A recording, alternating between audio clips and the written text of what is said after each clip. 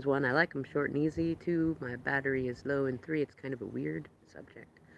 It's kind of part of that oscillating energy I was talking about in the daily vibes.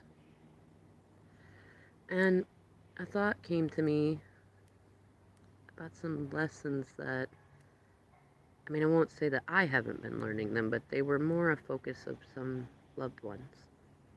And it's the difference between flaws and hurtful habits.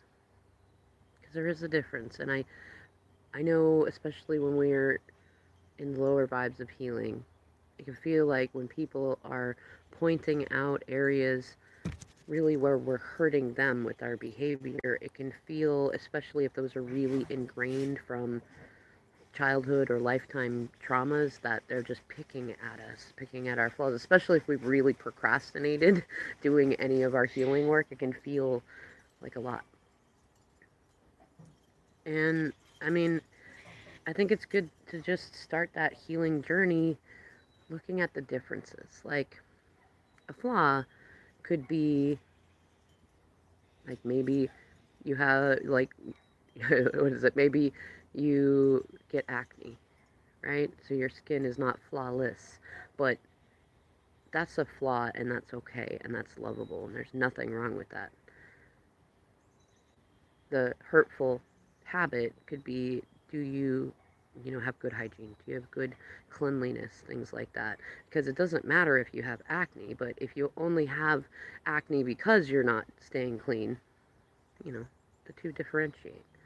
Or like, a flaw could be that maybe you had a really long and tumultuous uh, karmic relationship with somebody who's still in your mind, and there was enough good in there that it genuinely still causes you heartache, and maybe you haven't healed over a lot of that stuff, because that can be healed. You just have to want to take the small steps to get there. Um, but that can be something, especially if you're trying to be in, if you're trying to allow yourself to enjoy new love coming in, it can be difficult to want to share that with your partner, which is really important, especially because when you're not honest with them about who you are and what you think about and what you want and things like that, it can really undermine the relationship, even if you don't mean it to. And the flaw, the lovable flaw, would be you're human and you have deep feelings and you got hurt, right? But the hurtful habit is like trying to lie about it, which starts with lying to yourself about it. If you have those feelings and those thoughts, it's actually easier to heal them if you share them. And if you share them with somebody who does not hold positive space for them, then it's not that you sharing them was bad. It's just that that person wasn't in a place where they could hold proper space for that at that time. It's still important for you to process your feelings, because that which you resist persists.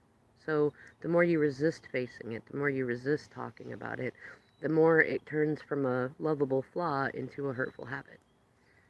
And the same, the same thing could be, maybe you're naturally a protector. You really, you know, you enjoy having a certain amount of control over your environment, and there's healthy balances to that. It can turn into a hurtful habit when you kind of turn other people into your project or prisoners, or even in your attempts to help them, you hurt them. Things like that. Go through your own life and think about, whether you're thinking about this information for yourself or for someone else, do this for you. Go through and make a list of, well, like, what are your lovable flaws? And what are some hurtful habits that you could work on? Alright, I'll catch you in the next video.